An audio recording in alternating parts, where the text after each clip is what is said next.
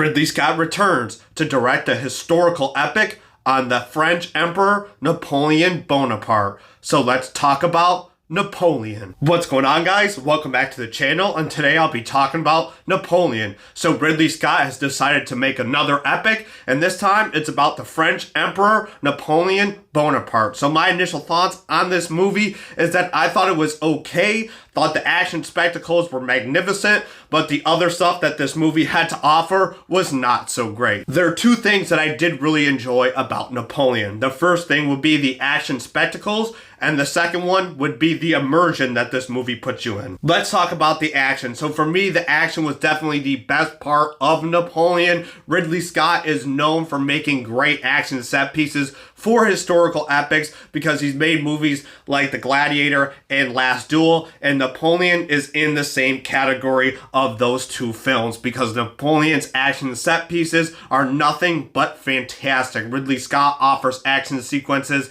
that are extremely brutal, extremely violent, and you actually feel as if you're in the battle with Napoleon himself. However, I do have some complaints with this action scenes as there's not enough of them. There's only about 4 to 5 of them that I counted while I was experiencing this film, and they only last for about 50 minutes. In a runtime that's 2 hours and 38 minutes, I was begging for more, and I definitely think this movie could have used way more action set pieces. The other thing that I disliked would be that the action set pieces themselves don't really have a lot of context. And what I mean by that is that the movie didn't really take its time to set up each battle, as they just threw you right into the battle and really didn't give you any context. So you're just watching the battle because the battle is happening. The other thing that I enjoyed about Napoleon would be the atmosphere Ridley Scott and the filmmaking team created for this movie. In this film, they created an experience that you felt like you were actually in the time period of the 1700s and the 1800s when Napoleon himself ruled France. The costume designs and the sets really craft an environment that truly makes you feel like you're in the French Revolution. Moving on to the things that I disliked. So there's really only two big things that I disliked about this movie, but they're very massive. And so the first thing that I really disliked would be the love story that Napoleon has with his wife or his love interest in this film, and the fact that this movie was pretty boring. For me, the worst part about Napoleon would be the romance that was implemented in this film. So Ridley Scott and the filmmakers decided to feature this love story that has Napoleon and his wife Josephine, who Josephine is played by Vanessa Kirby. So pretty much this love story, to be short and sweet, is Napoleon doing everything for validation from Josephine. So everything he does it for Josephine just to impress her so that she can love him for the things that he's doing.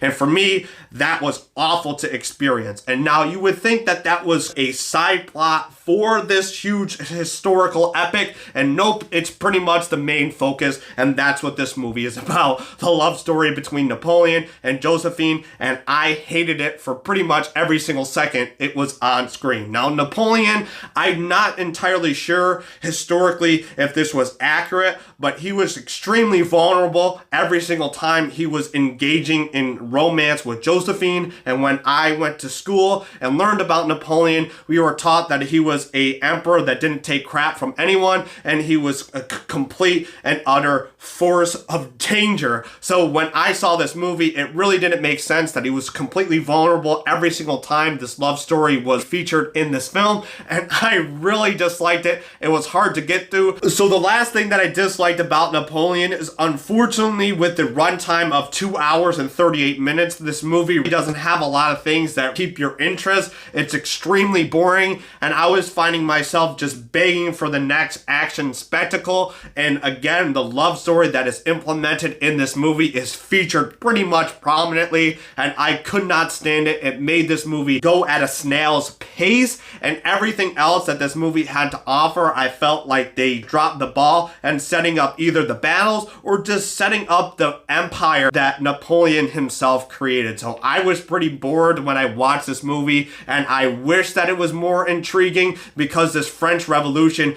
is very interesting when you are actually engaging in learning about about the history of this French Revolution, and this movie bores you to sleep. Overall, I thought Napoleon was an interesting experience. Ridley Scott provides another great epic historical film that has great action set pieces and creates an immersion that you actually feel like you're in the French Revolution. However, there's a love story that is featured that I dislike 100%, and it's extremely boring at times and really doesn't offer the historical content that this movie could have offered. So I'm going to give Napoleon a thumbs sideways. Here's my recommendation for Napoleon. Now, I didn't really enjoy my theater experience, so I'm not going to recommend you see this movie in theaters. However, I do think if you enjoy Ridley Scott's epics like The Gladiator and The Last Duel, that this movie should be checked out at some point. So when Napoleon comes available on streaming, or if you can find it alternative ways, I think that's a much better option to experience that movie that way instead of going to the theater. There you have it. That's my review for Napoleon. And as always, if you've seen the movie, let me know your opinions